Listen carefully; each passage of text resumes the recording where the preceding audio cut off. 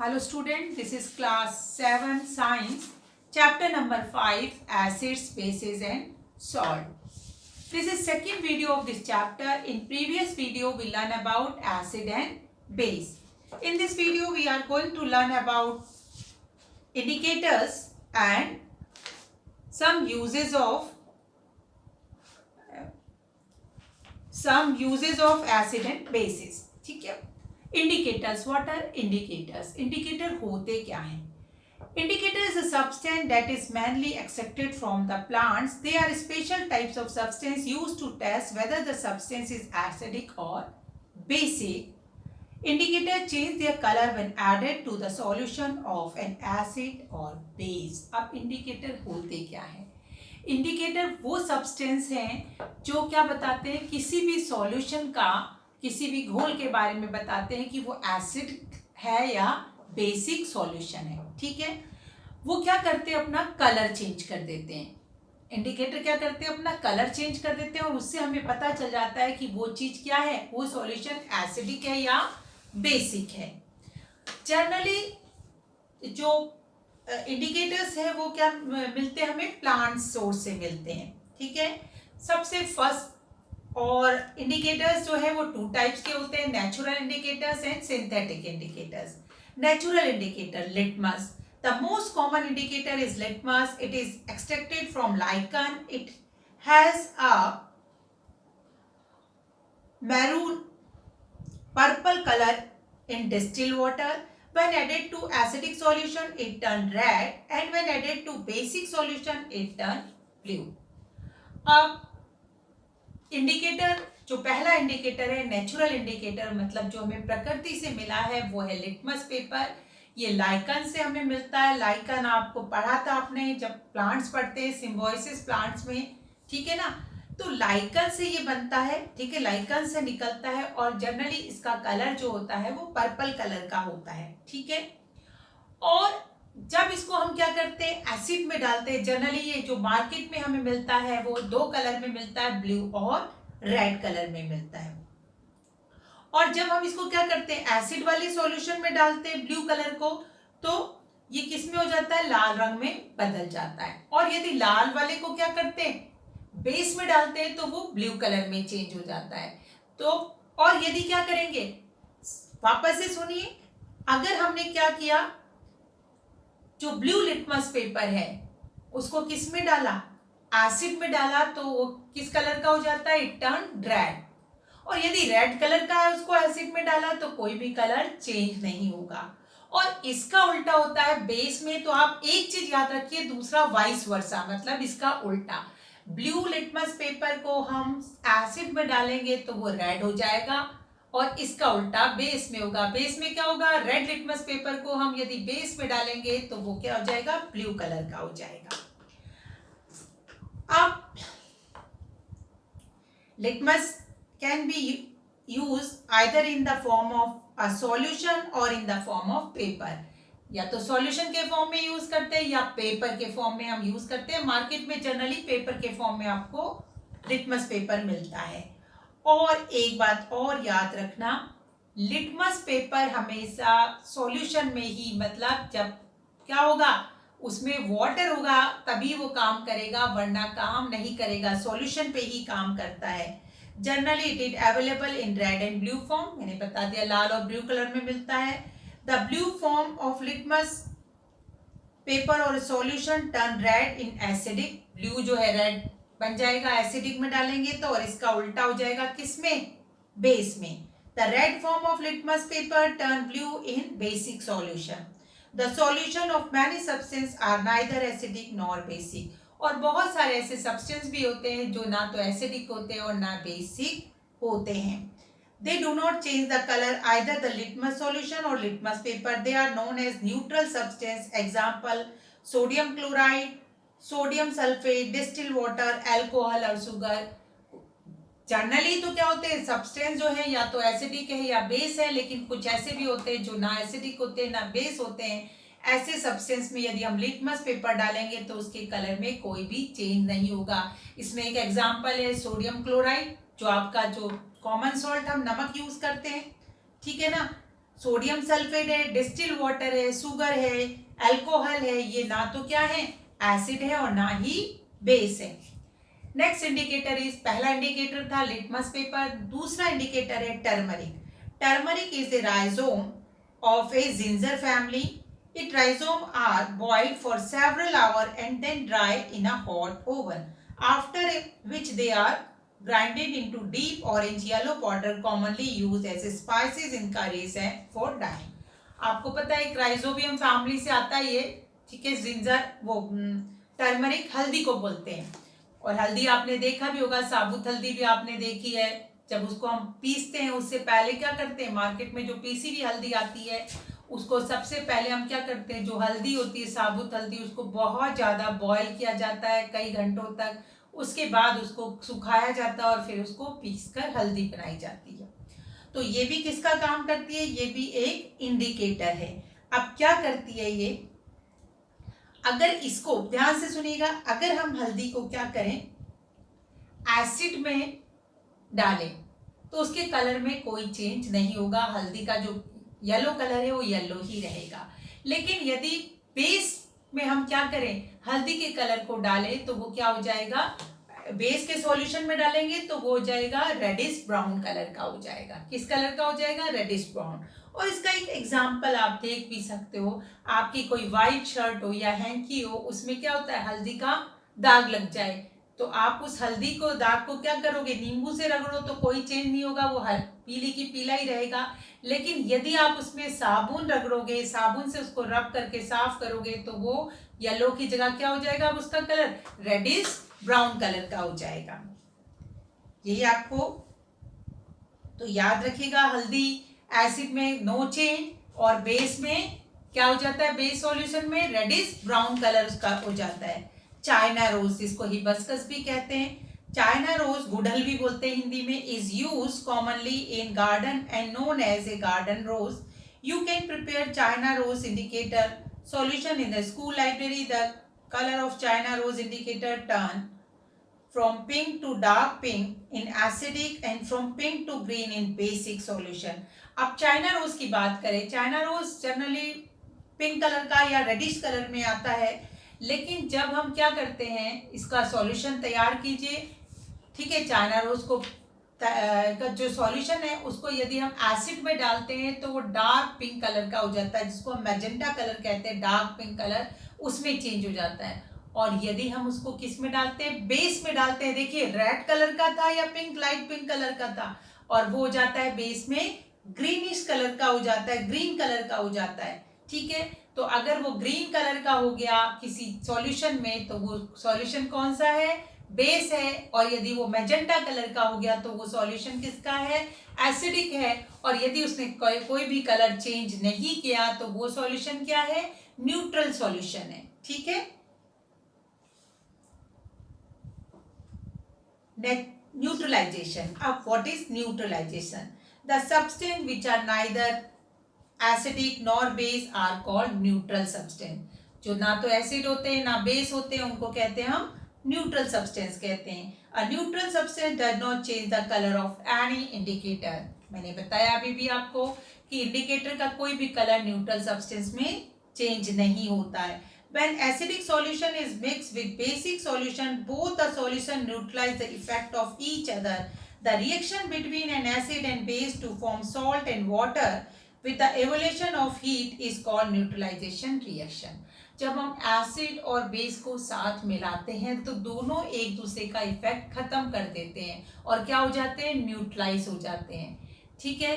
ये जो अगर रिएक्शन होता है तो ये कहलाता है न्यूट्रलाइजेशन रिएक्शन, और इसमें सॉल्ट बनता है, वाटर बनता है और बहुत सारी हीट निकलती है। अब इसी न्यूट्रलाइजेशन को हम अपनी डेली लाइफ में बहुत ज़्यादा यूज करते हैं। जैसे कैसे यूज करते हैं, indigestion. Our stomach secrete gastric juice having hydrochloric acid. It helps us in indigestion of food. When we eat irregularly and skip meal, hydrochloric acid present in the stomach causes indigestion, which is sometimes very painful and cause the ulcer of stomach. कई बार मैंने आपको अभी भी बताया था, हम मसालेदार चीजें खा लेते हैं, ठीक है, बहुत ज्यादा। ये कई बार हम क्या करते हैं, खाना खाते ही नहीं है, एक टाइम का खाना छोड़ देते हैं। कभी हम ओवर ईटिंग कर लेते हैं, तो हमारा क्या होता है, हमारे पता है आपको हमारे स्टमक में क्या होता है, एसिड बनता है, HCl बनता है, जो कि पैप्सिन को एक्टिवेट करने के काम आता है। लेकिन जब हमने क्या हुआ, जब ज्यादा बनता है तो हमारे को इनडाइजेशन की प्रॉब्लम हो जाती है। तो इस इनडाइजेशन को रिलीफ देने के लिए, एसिड ज्यादा बन गया, उसको न्यूट्रलाइज करने के लिए हमें कुछ चीज बेस लेना पड़ता है। To relieve indigestion we take antacids such as milk of magnesia which contain magnesium hydroxide. ENO salt is available in the market to cure indigestion. It neutralizes the effect of excess acid. तो हम क्या कर सकते हैं, या तो milk of magnesia लें, जो कि मार्केट में दवाइयों की दुकान में हमें मिल जाता है, और अगर वो पॉसिबल नहीं हो तो हम इनो भी ले सकते हैं। इनो भी क्या है, बेस है, और वो क्या कर रहा है, जो हमारे स्टमक में एसिड बन गया उसको न्यूट्रलाइज करने का काम करता है। तो हमें पता चला कि हमने एसिड जो था उसको कम करने के लिए हमने बेस लिया, और हमारे क्या हुआ, इंडाइजेशन की जो प्रॉब्लम हुई थी एसिड के ज़्यादा बनने से, due to excess of acid, वो न्यूट्रलाइज हो गई। Ant bite. When an ant or a bee sting, it inject an acidic liquid into the skin named as formic acid. The sting effect the neutralized by rubbing cameline solution containing zinc carbonate, moist baking soda, sodium hydrogen carbonate. अब कभी कभी हमें मधुमक्खी काट लेती है या चींटी काट लेती है। चींटी और मधुमक्खी के जो स्टिंग होता है, डंक होता है, उसमें भी होता है एसिड, फॉर्मिक एसिड होता है। तो हम क्या करते हैं, हमको क्या करना चाहिए, जो आपके घरों में, या तो फिर मार्केट से हम क्या लाएं, कैमेलाइन सॉल्यूशन लेकर आते हैं जिसमें जिंक कार्बोनेट होता है, या फिर हम क्या करते हैं, बेकिंग सोडा जो घर पे है उसको हल्का सा क्या कर लेते हैं, मॉइस्ट कर लेते हैं, पानी मिलाकर उसको वहां पर रगड़ दीजिए। तो उससे क्या होगा, आपका जो एसिड है वो न्यूट्रलाइज हो जाएगा और आपको रिलीफ मिलेगा। इसी तरीके से कई बार आपने देखा होगा कि बहुत सारे लोग लोहा रगड़ते हैं, जो लोहा पड़ा है बाहर, उसको भी अगर मधुमक्खी काट लेती है तो उसको रगड़ते हैं, उसको रब करते हैं। ऐसा क्यों करते हैं, क्योंकि लोहा जब है जो बाहर पड़ा रहता है, एटमॉस्फेयर में हवा के कांटेक्ट में आता है, तो उसके ऊपर ऑक्साइड की लेयर जम जाती है। लोहा क्या है, मेटल है, ठीक है ना। आयरन क्या है, मेटल है। जब मेटल ऑक्साइड बन जाता है तो metal oxide is basic in nature, metal oxide जो है वो बेसिक है नेचर में, और हमें जो मधुमक्खी ने या चींटी ने काटा है वो एसिडिक है। तो हम क्या करते हैं, उस मेटल ऑक्साइड से उसको रफ करते हैं जो कि बेसिक है, और इससे वो न्यूट्रलाइज हो जाता है। Soil treatment, most plant grow best in neutral solution. Excess use of chemical fertilizer make the soil acidic. If soil is too acidic or too base, the plant grow badly and not at all. Usually bases like quicklime, calcium hydroxide, slackline, calcium oxide and slackline calcium hydroxide or chalk, calcium carbonate are added if soil is too basic. Organic matter is added to it. अब जमीन भी क्या होती है, बहुत ज़्यादा जब हम फर्टिलाइजर यूज़ करते हैं तो वो या तो एसिडिक हो जाती है या बेसिक हो जाती है, मिट्टी जो है, ठीक है। जब मिट्टी एसिडिक हो गई या बेसिक हो गई तो वो उसमें फसल जो है वो अच्छे से नहीं उग पाती, क्रॉप जो है अच्छे से ग्रो नहीं कर पाती है। तो हम लोग क्या करते हैं, अगर एसिडिक हो गई है सॉइल, जो हमारी मिट्टी है वो एसिडिक ज़्यादा है, तो उसको बेसिक चीज़ें उसमें मिलाते हैं, जैसे कि या तो स्लैकलाइन मिलाते हैं, कैल्शियम हाइड्रोक्साइड मिलाते हैं, ठीक है, कैल्शियम ऑक्साइड मिलाते हैं, या चौक कैल्शियम कार्बोनेट, चौक क्या है, कैल्शियम कार्बोनेट है, वो मिलाते हैं। उससे वो क्या हो जाती है, उसकी एसिडिटी खत्म हो जाती है। एसिडिक सॉइल क्या हो जाती है, बेसिक मिलाए तो न्यूट्रलाइज हो जाती है, और न्यूट्रल जनरली सॉइल ही क्या होती है, अच्छी क्रॉप को ग्रो करती है। और यदि अगर क्या हुई, बहुत ज्यादा बेसिक हो गई, तो हम क्या करते हैं, ऑर्गेनिक मटेरियल, ऑर्गेनिक मटेरियल में क्या आ गया, प्लांट्स और एनिमल का डिके जो आ गया उसको हम यूज करते हैं। Factory waste, liquid waste from the factories often contain acid. If it reaches the water bodies, the acid will kill aquatic animals. This waste are therefore neutralized by adding basic solutions such as slackline. अब फैक्ट्रियों में जो पानी आता है, फैक्ट्रियों का जो वेस्ट होता है जनरली वो एसिडिक होता है। यदि ये पानी को क्या होता है, जनरली फैक्ट्रियों का जो पानी होता है वे जहाँ बड़ी बड़ी फैक्ट्रियाँ होती है वो नालियों से होता हुआ नदियों में चला जाता है। वहां पर कौन रहते हैं, एक्वेटिक एनिमल्स रहते हैं, और एक्वेटिक एनिमल्स को जब ज्यादा एसिड मिलेगा तो वो क्या हो जाएंगे, मर जाएंगे। तो ऐसा ना हो तो फैक्ट्री वालों को लिए भी क्या होता है, ये स्ट्रिक्टली रूल होता है कि वो एसिडिक पानी को ना बहाएं, पहले उसको क्या करें, उसको न्यूट्रलाइज करें। और वो कैसे न्यूट्रलाइज करते हैं, स्लैक्ट्राइन कैल्शियम हाइड्रोक्साइड मिलाकर उस पानी को न्यूट्रलाइज करके ही रिवर्स वगैरह में छोड़ते हैं। टूथ डिके, दांत आपके खराब होते हैं जो।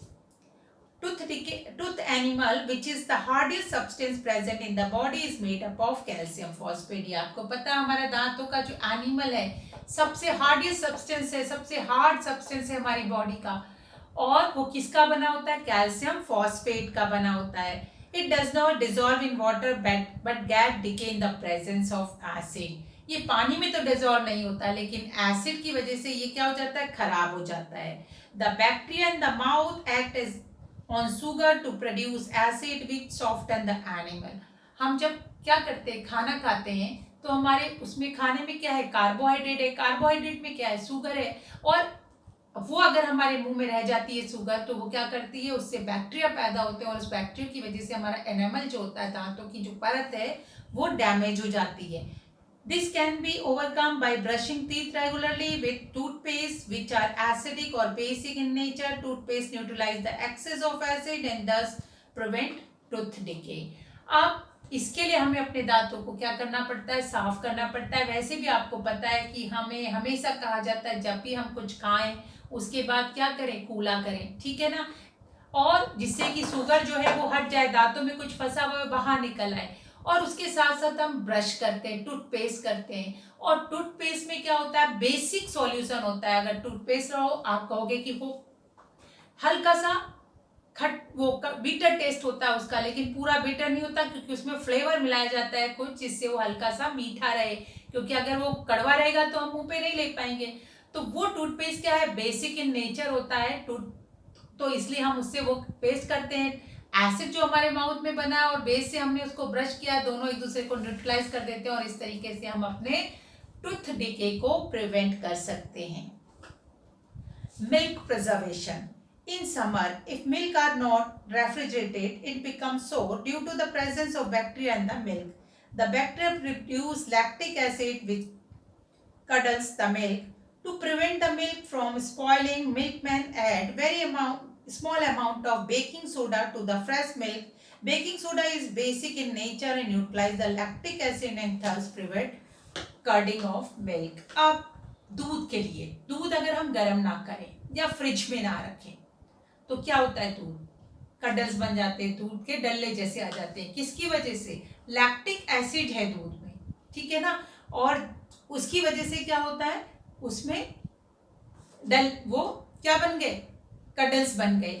अब ये ना हो, ठीक है ना, इसलिए ज्यादातर जो मिल्क मैन होते हैं जो वो क्या करते हैं, मिल्क को बचाने के लिए, अब थोड़ा मिल्क होता है तो हम लोग फ्रिज में रख देते हैं, ठीक है ना, या बॉईल कर लेते हैं। अब अगर डेयरी में मिल्क देना और देर हो जाए देने में तो उससे बचने के लिए वो बेकिंग सोडा, थोड़ा सा बेकिंग सोडा डाल देते हैं। तो बेकिंग सोडा डाला, उसके अंदर मिल्क के अंदर क्या है, लैक्टिक एसिड है और बेकिंग सोडा हमने डाला है, दोनों ने एक दूसरे को न्यूट्रलाइज कर दिया, और इस तरीके से क्या हुआ, मिल्क जो है वो स्पॉइल होने से बच गया, खराब होने से बच गया। तो इस तरीके से हमने देखिए हम बहुत सारी चीजें यूज करके क्या कर सकते हैं, ये जो हमारे एसिड और बेस का न्यूट्रलाइजेशन है वो हमारे लिए कितना हेल्पफुल है। और स्टूडेंट आपको पता है कि यदि हम ऐसा नहीं करेंगे, एसिड की मात्रा ज्यादा हो जाएगी तो हमारे एक्वेटिक एनिमल्स के लिए, हमारी क्रॉप्स के लिए, ठीक है ना, एक्वेटिक प्लांट्स के लिए, हमारी क्रॉप्स के लिए, हमारी बिल्डिंग्स के लिए, और सही तो हम लोगों के लिए भी हार्मफुल है। तो student learn this chapter. Have a nice day, good bye.